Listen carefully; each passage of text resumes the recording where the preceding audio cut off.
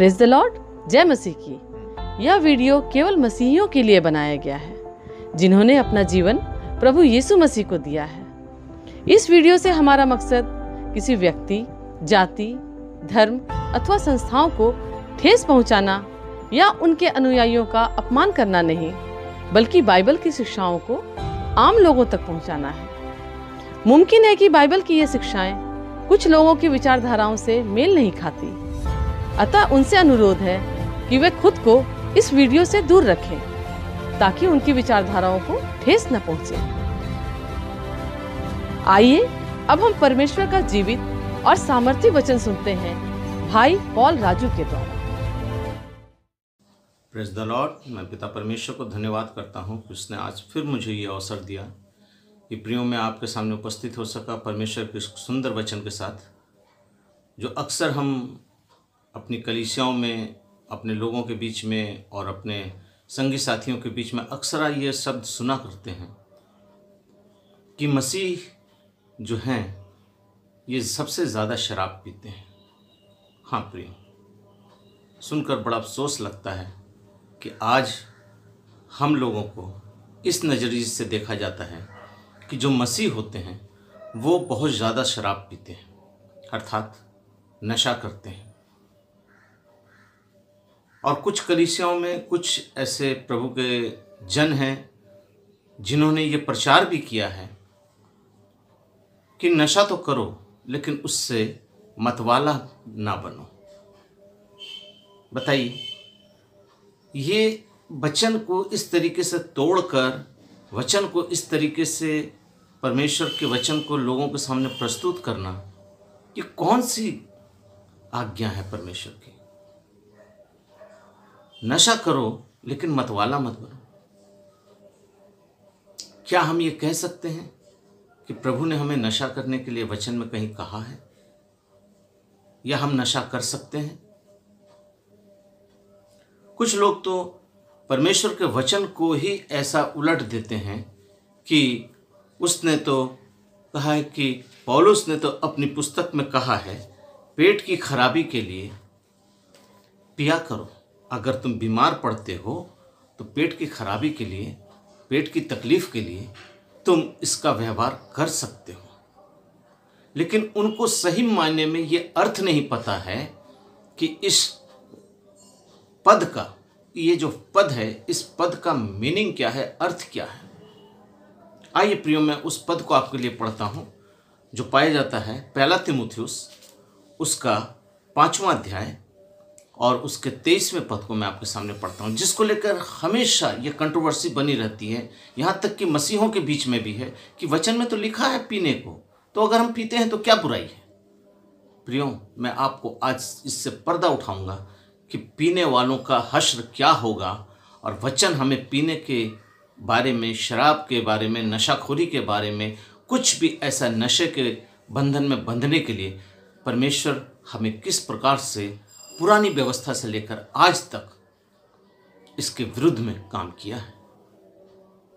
लेकिन जिनको वचन का ज्ञान नहीं, जो वचन पढ़ते नहीं, वो ऐसे ऐसी बातों पर, ऐसे ऐसे लोगों के पीछे, आज ऐसे बहुत से यूट्यूबर सब्सक्राइबर्स हैं जो इस तरीके की बातों को बोलकर अपना यूट्यूब चैनल को पब्लिसिटी में लाते हैं, अपने व्यूवर्स बढ़ाते हैं, अपना टीआरपी बढ़वाते हैं, लेकिन उनको उनके परमेश्वर के राज्य से वंचित कर देते हैं। दर हकीकत यही है कि हमारे ज्ञान के ना होने के कारण, होशे की पुस्तक में लिखा है कि मेरी प्रजा मेरे ज्ञान के ना होने के कारण बर्बाद हो रही है।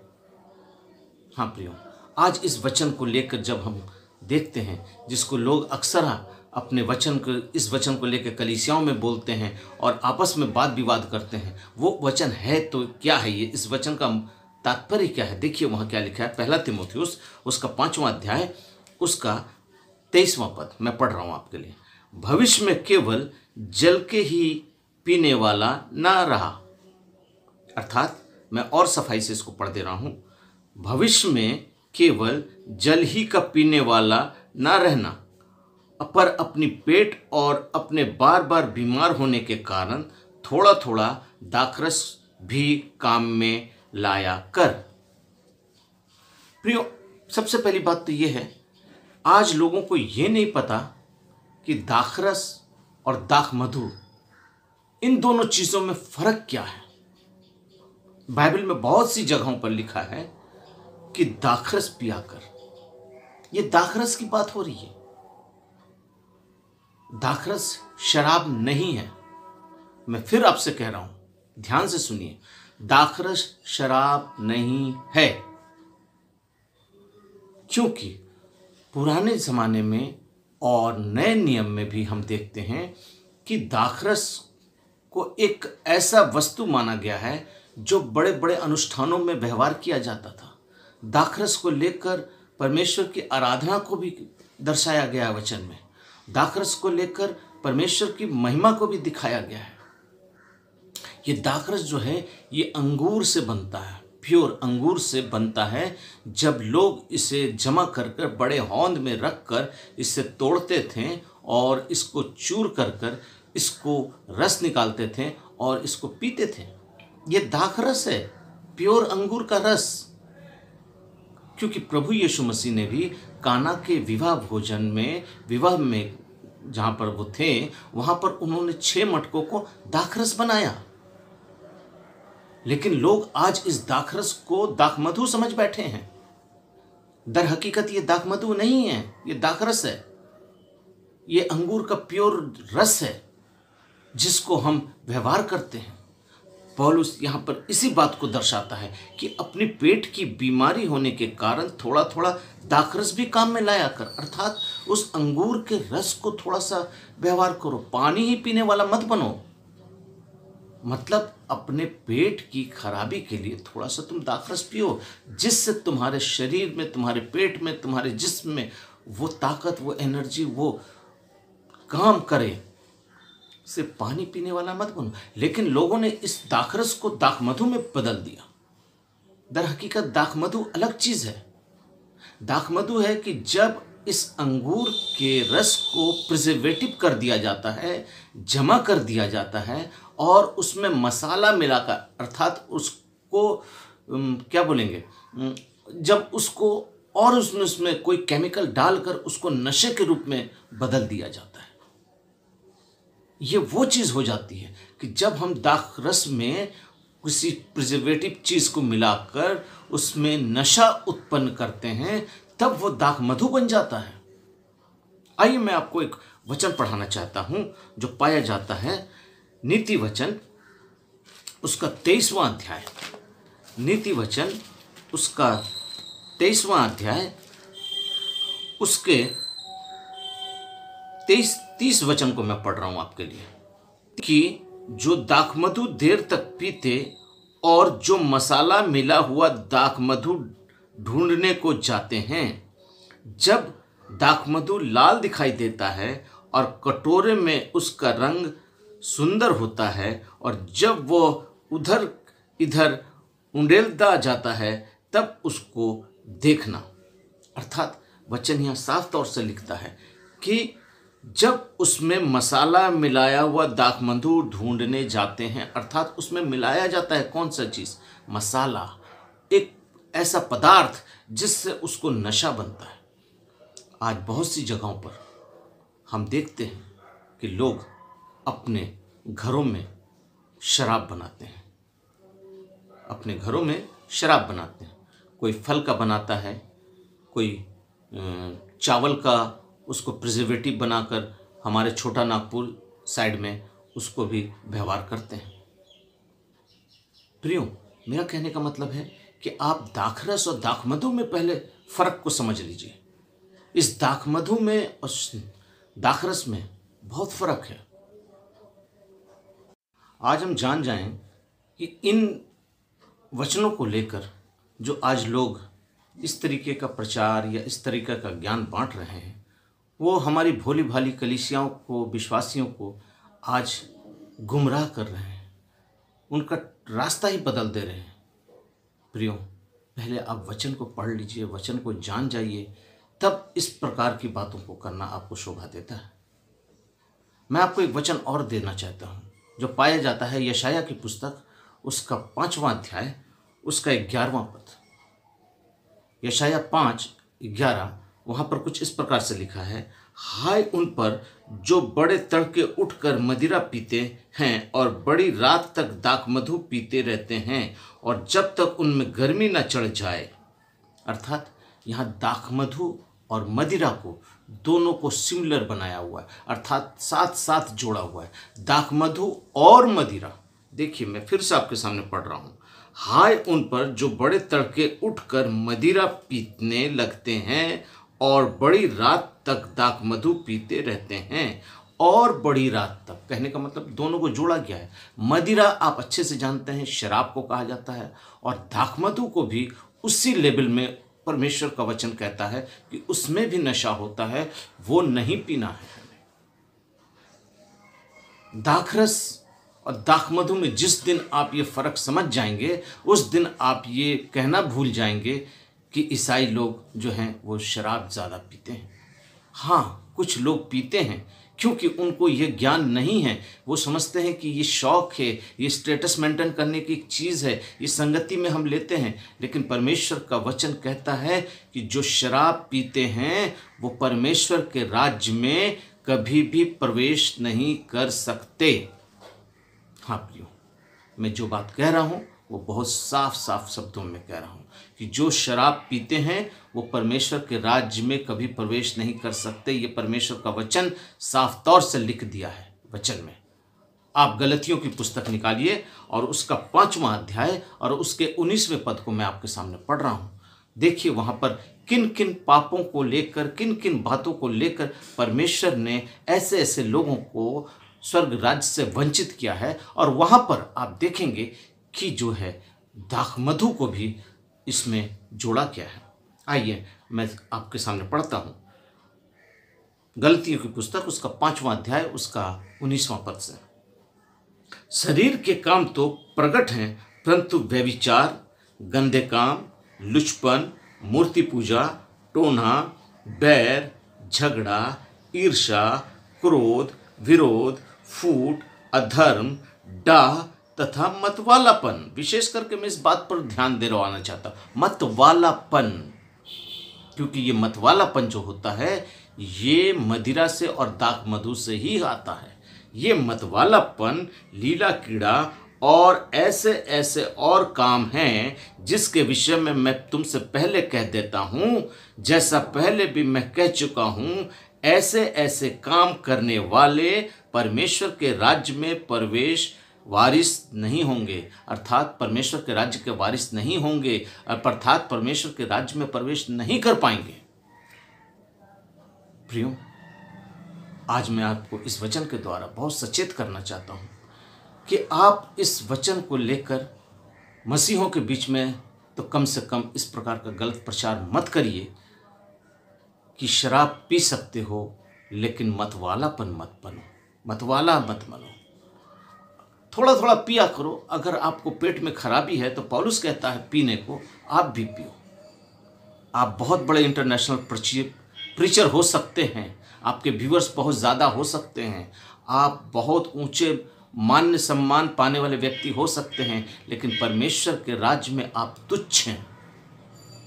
परमेश्वर के राज्य में आप तुच्छ हैं क्योंकि आपने परमेश्वर की कलीसिया को बरगलाया है, उसकी भेड़ों को बरगलाया है, आपने उसके दुल्हन को बरगलाया है जिसको लेने मेरा यीशु आने वाला है। मत्ती रचित सुसमाचार में साफ तरीके से लिखा हुआ है कि जो इन पुस्तकों में लिखी हुई एक भी बातों को तोड़ता है, मरोड़ता है और वैसा ही लोगों को सिखाता है, वो परमेश्वर के राज्य में सबसे छोटा होता है। हाँ प्रियो, मैं आपको उस वचन को पढ़ा देना चाहता हूँ क्योंकि ये शायद मेरे मुख की बात नहीं, ये परमेश्वर की वचन की बातें हैं। यह मैं आपको बता देता हूँ। मत्ती रचित सुसमाचार उसका 5वां अध्याय उसका 19वां पद कहता है, इसलिए जो कोई इन छोटी में छोटी आज्ञाओं में से किसी एक को तोड़े वैसा ही लोगों को सिखाए, वो स्वर्ग के राज्य में सबसे छोटा कहलाएगा। परंतु जो इन आज्ञाओं का पालन करेगा और उसे सिखाएगा, ध्यान दीजिए, जो पालन करेगा और सिखाएगा वही स्वर्ग के राज्य में महान कहलाएगा। आज आप किस स्टेज पर हैं मुझे नहीं मालूम। शायद आप अपनी उपलब्धियों के कारण इस प्रकार का प्रचार कर रहे हैं, लेकिन बहुत अफसोस की बात है कि आप परमेश्वर के राज्य में आने वाले विश्वासियों को, परमेश्वर के राज्य में जाने वाले लोगों को आप उसके रास्तों से वंचित कर रहे हैं। आप नशा करने की उनको हिंट्स दे रहे हैं कि आप नशा करो लेकिन मतवाला मत बनो। अरे हीरा चोर या खीरा चोर, चोर तो चोर ही होता है ना। चाहे हम 1 पैसे की चोरी करें या करोड़ों रुपए का चोरी करें, लेकिन हम तो चोर ही हुए ना। हम 1 पैग पिए मतवाला ना बने, लेकिन ज़्यादा पी के हम अगर मतवालापन बंद करते हैं तो हम दोषी हो गए। कहाँ लिखा है इस वचन में? प्रियो, बहुत सावधानी से आपको इन वचनों को सुनना चाहिए, ताकि आप आने वाले समय में शैतान की इन उपलब्धियों से, इन प्रकार के प्रचारों से आप बच सकें। आइए मैं एक शब्द और आपके लिए पढ़ता हूँ, जो पाया जाता है इफिसियों की पुस्तक, उसका 5वां अध्याय, उसका 18वां पद। देखिए, वहाँ पर भी दाखरस के बारे में कहा गया। वचन में कहीं पे भी नहीं दिखा है कि दाखरस और दाखमधु से नशा होता है। होता है दाखमधु से, दाखरस से नहीं होता है। यहाँ भी उसी बात को लिखता है दाखरस से मतवाले ना बनो। इफिसियों 5 उसका 18वां पद।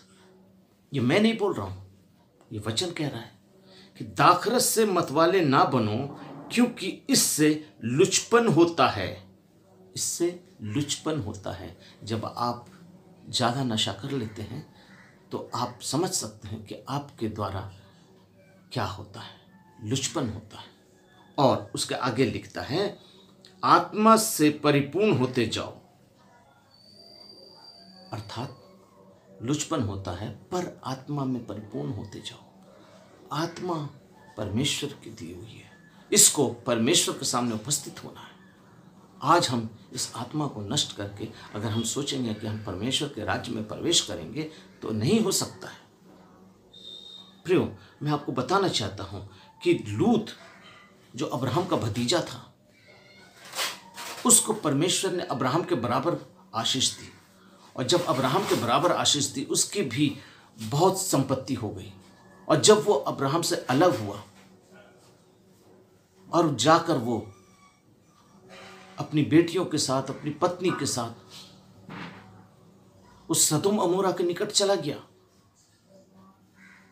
और जब वहां से परमेश्वर ने उसको बाइज्जत निकाला, सदोम अमोरा को नष्ट किया, लेकिन उसके बाद उसकी बेटियों ने उसके साथ कुकर्म किया, उससे नशा पिलाकर, अर्थात अपने पिता को शराब देकर, नशा देकर उसके साथ अपना संभोग किया, जिसके द्वारा उसकी संतानें हुई। और आज परमेश्वर का वचन कहता है उन जातियों का परमेश्वर ने खात्मा कर दिया।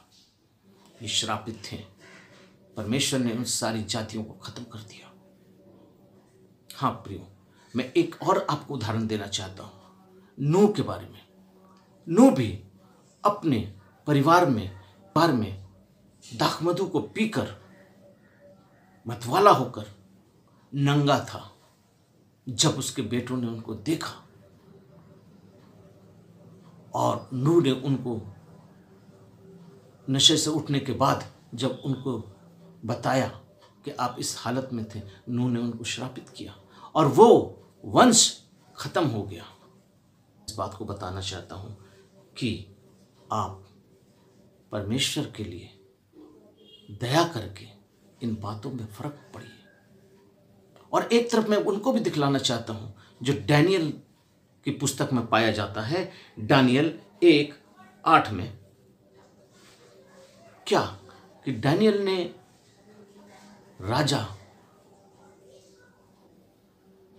ने नबूकदनेस्सर के सामने उसकी दी हुई वस्तुओं को, उसके पीने वाली वस्तुओं का विरोध किया कि मैं नहीं पीऊंगा, और परमेश्वर ने उसको ऊंचा उठाया। क्यों? वो चाहता तो पी सकता था ना। बाइबल में ऐसे बहुत से उदाहरण हैं जहां पर लोगों ने अपने आप को इस दाखमधु के द्वारा बर्बाद कर लिया। मैं और एक जगह दिखाना चाहता हूं। आप हन्ना के बारे में जानते हैं। जिसका जिक्र आपको पहला शमूएल उसका पहला अध्याय उसके 15वें पद में मिलता है। जब वो प्रार्थना कर रही थी तो एली ने उससे कहा कि तू नशा करके आई है, ये जो बड़बड़ा रही है तू नशा करके आई है। उसने एली से कहा, नहीं, मैं नशा नहीं करके आई हूं, मैं अपने परमेश्वर के सामने अपना दुखड़ा रो रही हूं। हाँ मेरे प्रियो, आज आपको निर्णय लेना है कि ये नशा जो है, ये शराब जो है, आपके जीवन में आपको बर्बादी की तरफ ले जाता है। बाइबल में लिखा हुआ है, यशाया की पुस्तक उसका 28वां अध्याय, यशाया उसका 28वां अध्याय और उसके 7 और 8 पद को मैं आपके सामने पढ़ रहा हूं, जहां इस प्रकार से लिखा है, ये भी दाखमधु के कारण डगमगाते और मदिरा के कारण लड़खड़ाते हैं। याजक और नबी भी मदिरा के कारण डगमगाते हैं। दाखमधु ने उनको भुला दिया है कि वे मदिरा के कारण लड़खड़ाते हैं। दर्शन पाते हुए भी भटक जाते हैं और न्याय में भूल करते हैं। हाँ प्रियो, आज परमेश्वर का वचन कहता है, जो नबी हैं, जो परमेश्वर के लोग हैं, जो परमेश्वर की संगति में रहते हैं, परमेश्वर की उपस्थिति में रहते हैं, वो बड़ा बड़े काम करते हैं, लेकिन आज उनको भी इन नशा ने बर्बाद कर दिया है। मैं एक बार की बात बताऊं, मैं उस शहर का नाम बता देता हूं, लेकिन उस कलीसिया का नाम और उन पास्टरों का नाम मैं नहीं बताऊंगा, क्योंकि इससे हमारे मसीह समाज की बेइज्जती होगी। मैं यूपी में किसी एक शहर में अपने भांजे की शादी में गया था।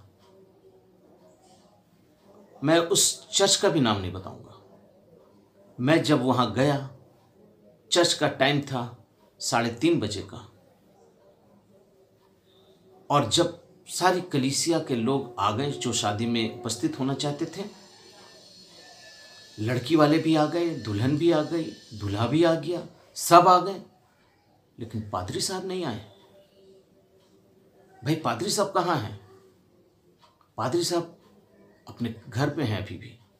अरे भाई बुलाओ बुलाओ, उनको बुलाओ, भाई शादी का टाइम निकला जा रहा है। तो चर्च बेरा जो है वो जाकर देखता है, खटखटाता है, लेकिन पादरी साहब इस हालत में नहीं हैं कि वो दरवाजा खोल सके। मेरी बातों को आप समझ रहे हो? दरवाजा खोल सके। बैरा ने आकर कहा कि सर, पादरी साहब की तो हालत ऐसी ऐसी है, शायद वो शादी नहीं पढ़ सके। उसी चर्च के कुछ गणमान्य व्यक्ति थे जिन्होंने तुरंत ऊपर ये खबर पहुंचाई और कहा ये शादी का वक्त है, शादी में दूल्हा दुल्हन खड़े हुए हैं, लेकिन पादरी साहब की ये हालत है।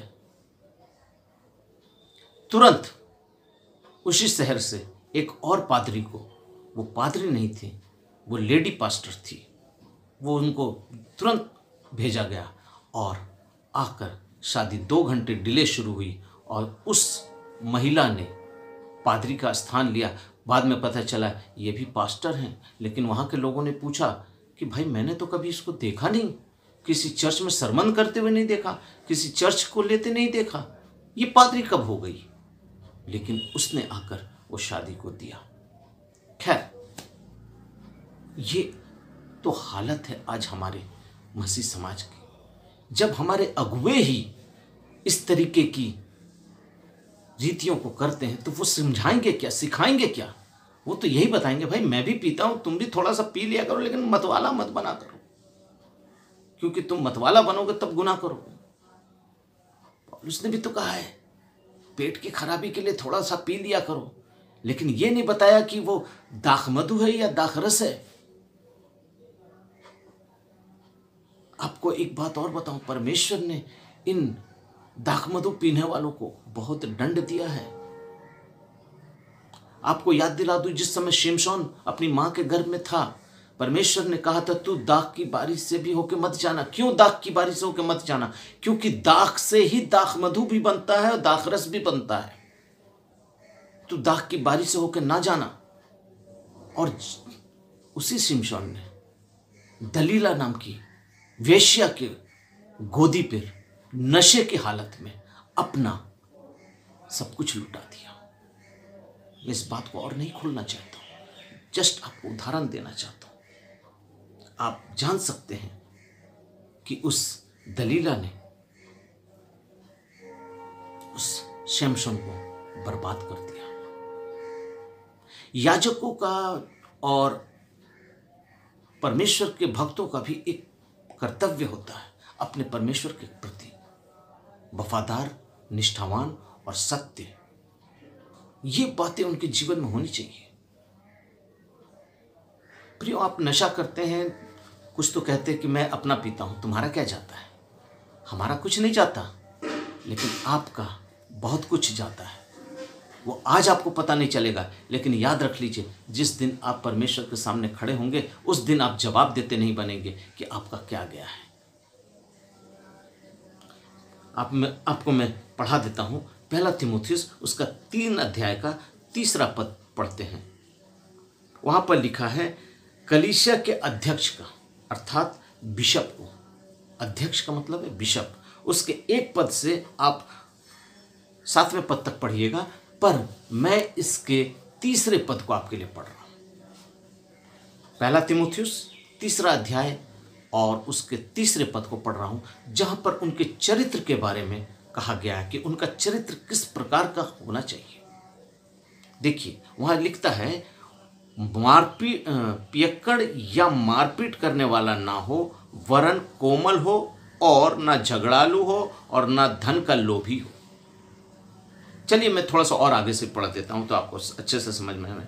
ये अवश्य है कि अध्यक्ष निर्दोष और एक पति का पति हो, संयमी हो, सुशील हो, सभ्य हो, अतिथि सत्कार करने वाला हो, सिखाने में निपुण हो, पियक्कड़ या मारपीट करने वाला ना हो, वरन कोमल हो और झगड़ालू और धन का लोभी ना हो।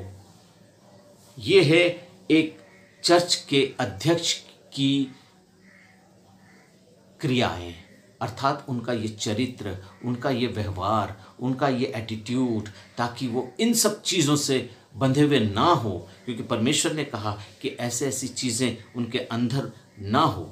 उसके आगे लिखता है, अपने घर का अच्छा प्रबंधक हो, जो अपने बाल बच्चों की सारी गंभीरता से अधीन रखता हो, जो अपने घर की अध्यक्षता गंभीरता से अपने घर को चलाता हो, अपने बच्चों को अपने अधीन रखता हो।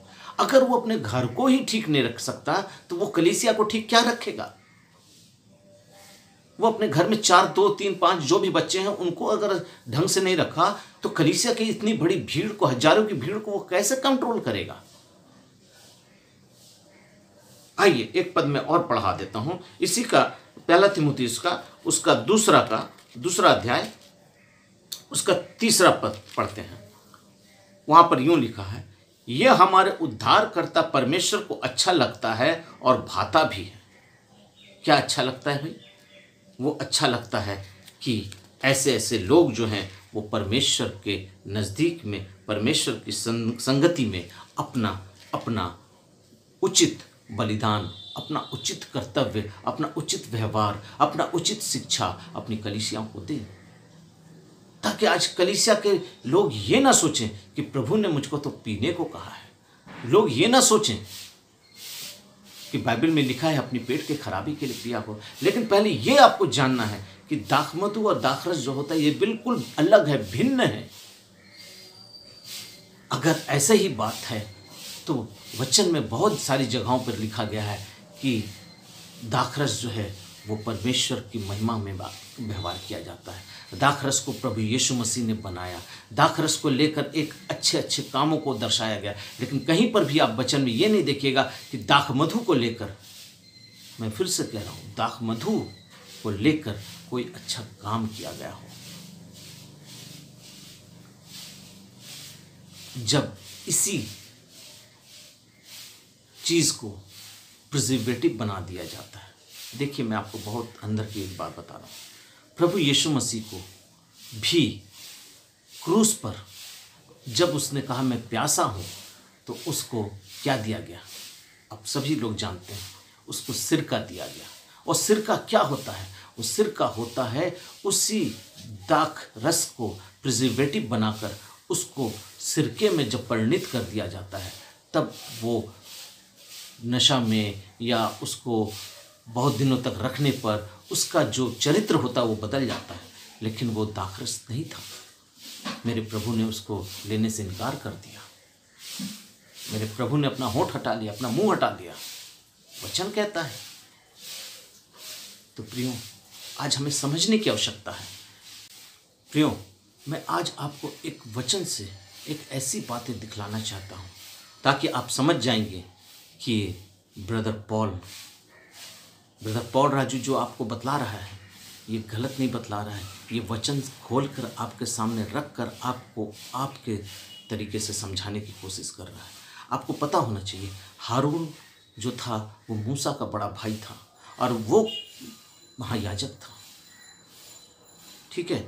और वो अपने पुत्रों के लिए परमेश्वर ने उसको जो आज्ञा दी है कि वो नादाब और अबीहू जो उसके पुत्र थे उनके लिए कहा गया है कि जब वो मंदिर में आए तो नशे की हालत में ना आए। परमेश्वर ने वंचित किया है, वादित किया है, इनको अलग करके रखा है। आइए मैं आपके लिए पढ़ना चाहता हूँ लेव व्यवस्था की पुस्तक, उसका 10वां अध्याय, उसके 8वें पद से मैं आपके लिए पढ़ रहा हूँ। लेव व्यवस्था की पुस्तक, उसका 10वां अध्याय, उसका 8वें पद से मैं आपके सामने पढ़ रहा हूँ। वहाँ पर कुछ इस प्रकार से लिखा है। फिर यहोवा ने हारून से कहा, जब जब तू और तेरे पुत्र मिलाप वाले तंबू में आए, तब तब तुम में से कोई ना दाखमधु पिए हो, कोई ना तुम भी ना तुम्हारी संतानें भी कोई भी दाखमधु पिए हो, और ना किसी प्रकार का मद, कहीं ऐसा ना हो कि तुम मर जाओ, तुम्हारी पीढ़ी पीढ़ी में विधि प्रचलित हो। हाँ प्रियो, परमेश्वर ने इसको सख्त मना किया है, कहीं ऐसा ना हो कि तुम मर जाओ, क्योंकि पुराने समय में सारे दंड तुरंत के तुरंत मिल जाते थे और परमेश्वर का प्रकोप उन पर पड़ जाता था। हाँ प्रियो, मैं आज आपको एक रेफरेंस दे रहा हूँ, उसको आप पढ़ लीजिएगा घर में। ये बहुत अच्छा एक उदाहरण है। आइए मैं आपके लिए वचन पढ़ता हूँ। ये बहुत ही अच्छा है, इसका जो सारा डिस्क्रिप्शन है इसमें बहुत ही सुंदर तरीके से परमेश्वर का वचन लिख कर रखा है। आइए उस वचन को हम पढ़ते हैं, जिससे आप ये जान सकेंगे कि दाखमधु जो है वो क्या चीज़ है। आइए मैं पढ़ना चाहता हूँ आपके लिए यिर्मयाह की पुस्तक, उसका 35वां अध्याय, उसके चंद आयतों के बीच से मैं आपको बता कर चलूँगा। ये आप पूरा पढ़ लीजिएगा। यिर्मयाह 35 उसका पूरा अध्याय पढ़ लीजिएगा। 18 पद है मात्र, तो आपको समझ में आ जाएगा कि कोरा वंशियों के वंश में रेकाब के बारे में, रेकाब के वंश में परमेश्वर ने क्या बातें की थी। आइए हम पढ़ते हैं 35वां अध्याय, उसके 5 से 6 तक पढ़ते हैं। तब मैंने रेकाबियों के घराने को दाखमधु से भरे हुए हंडे और टोकरियों को देकर कहा, दाखमधु पियो। उन्होंने कहा, हम दाखमधु न पिएंगे, क्योंकि रेकाब के पुत्र योनादाब ने जो हमारा पुरखा था, हम उसकी आज्ञा मानते हैं। तुम भी दाखमधु न पीना और न तुम्हारा पुत्र भी। प्रियो, तो रेकाबी जो थे वो एक ऐसी जाति थे जो बाद में आगे चलकर इसराइलियों के संग मिल गए। और ये रेकाबी जो थे ये बाल देवता के पुजारी थे, ये बाल देवता को पूजने वाले थे। मैं इस हिस्ट्री पे नहीं जा रहा हूँ, लेकिन मैं बता रहा हूँ। लेकिन जब उनसे कहा गया कि तुम इसको पियो लो, उन्होंने कहा नहीं, हम इसको नहीं पिएंगे। क्यों नहीं पिएंगे भाई? क्योंकि हमें योनातान ने मना किया है। एक परमेश्वर के अलावा एक मनुष्य ने जो शिक्षा दी, उस शिक्षा को वो पकड़ के बैठे हैं और कह रहे हैं कि मैं उसको नहीं पीऊंगा। उसके 8वें पद को मैं पढ़ता हूं आपके सामने, उसके 8वें पद को पढ़ता हूं। इसलिए हम रेकाब के पुत्र अपने पुरखा योनाताब की बात मानकर उसकी सारी आज्ञाओं को सुनकर चलते हैं, ना हम और हमारी स्त्रियां, न पुत्र न पुत्रियां दाखमधु पीते हैं, और ना हम घर के बनाकर उसमें रहते हैं, और न दाख की बारी, खेत और बीज रखते हैं। न हम इस प्रकार की खेती करते हैं, न दाख की बारी लगाते हैं, और न दाख मधु पीते हैं। न हम, न हमारी बेटियां, न हमारे बच्चे, न हमारी स्त्रियां, न हमारे कोई नहीं, अर्थात हम किसी प्रकार से भी इस प्रकार की नशा में नहीं रहते हैं। उसके 12वें पद में लिखता है, तब यहोवा का यह वचन यिर्मयाह के पास पहुंचा। तब परमेश्वर का वचन यिर्मयाह के पास पहुंचा, और वहां पर लिखता है, इस्राएल का परमेश्वर सेनाओं का यहोवा यूं कहता है, जा और यहूदा के देश के लोगों को और यरूशलेम के नगर के वासियों से कह कि यहोवा की यह वाणी है, क्या तुम शिक्षा मानकर मेरी सुनोगे? आज परमेश्वर का वचन कहता है, बड़े साफ शब्दों में कहता है कि इस प्रकार के लोग हैं जो आज एक मनुष्य की आज्ञाओं को मानकर अपना जीवन को दृढ़ करके रखे हैं। और उसके 14वें पद में करता है, देखो रकाब के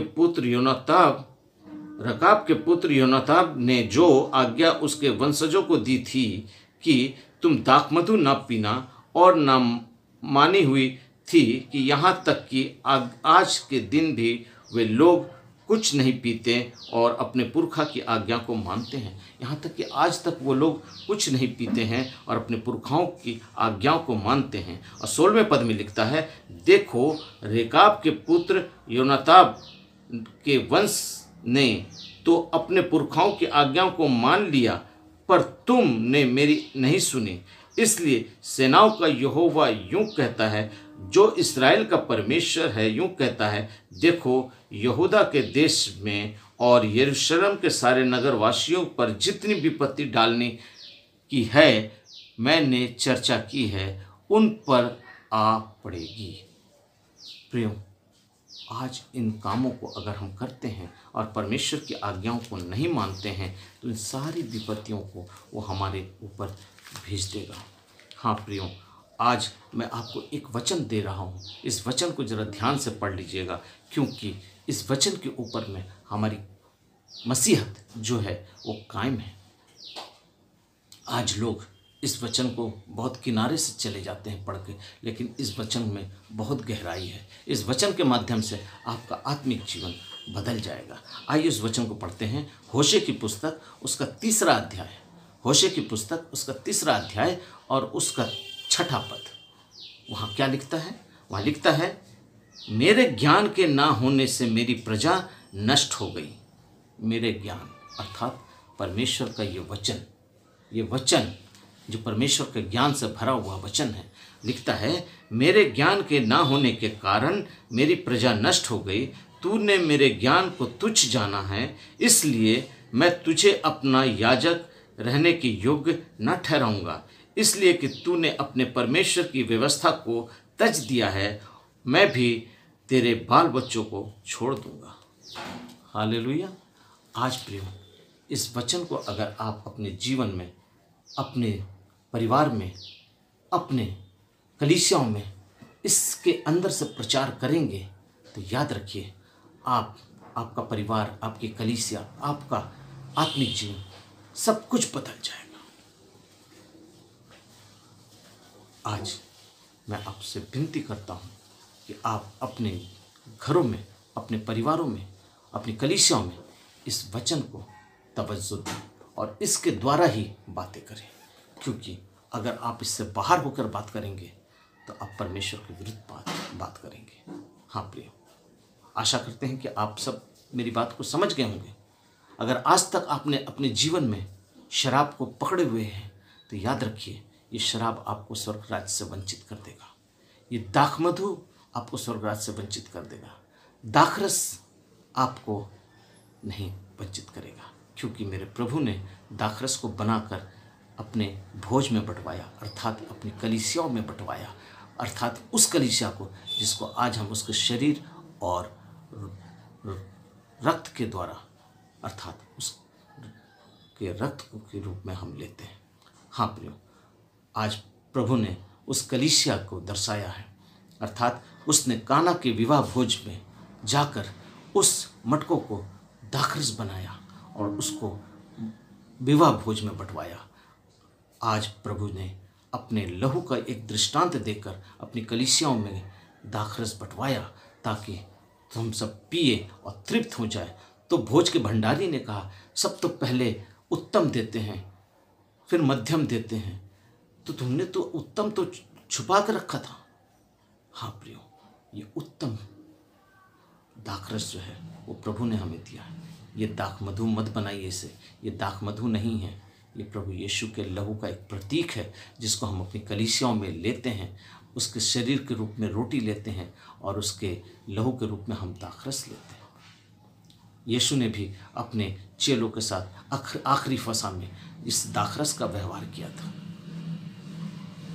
प्रियो, सावधान हो जाइए, समझ जाइए कि दाखरस में और दाख मधु में क्या फ़र्क है।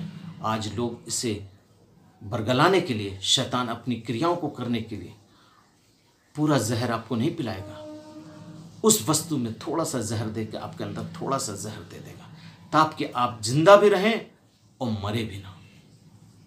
आज यूट्यूब, फेसबुक, ट्विटर, व्हाट्सएप, इसके माध्यम से शैतान बहुत तेज़ी से काम कर रहा है, लेकिन हमें सावधान रहना है कि हम ये जान जाएं कि शराब और मद और दाख मधु ये सब एक कैटेगरी में आते हैं, लेकिन दाखरस जो है वो परमेश्वर का बनाया हुआ उत्तम पदार्थ है। आइए हम सब प्रार्थना करें। थैंक यू जीसस, धन्यवाद देते हैं पिता परमेश्वर, इस वचन के द्वारा प्रभु जी आपने हमें ये बोलने की सामर्थ्य दी। प्रभु जी हम प्रार्थना करते हैं आज जितने भाई, जितने लोग इस नशा के बंधन में हैं प्रभु जी, उन्हें इस नशा के बंधन से मुक्त कर दे पिता परमेश्वर। सारे नशा के बंधन मुक्त हो जाएं, उनका घर बच जाए, उनका परिवार बच जाए, उनके बच्चे बच जाएं, उनकी रोजी रोजगार बच जाए प्रभु जी, वो बर्बाद ना हो प्रभु जी, क्योंकि पिता परमेश्वर तो ऐसे ऐसे लोगों पर अपना दंड दिखाता है प्रभु जी। आज पिता परमेश्वर मैं आपके लहू को उनके ऊपर लगाता हूँ, उनके घरों पे लगाता हूँ और ये प्रार्थना करता हूँ प्रभु जी, आज जितने लोग नशा में हैं इस वक्त, उनके सारे नशा का बंधन यीशु के नाम से खुल जाए, टूट जाए, आजाद हो जाए यीशु के नाम से। यस, ग्लोरी रवशा कराना।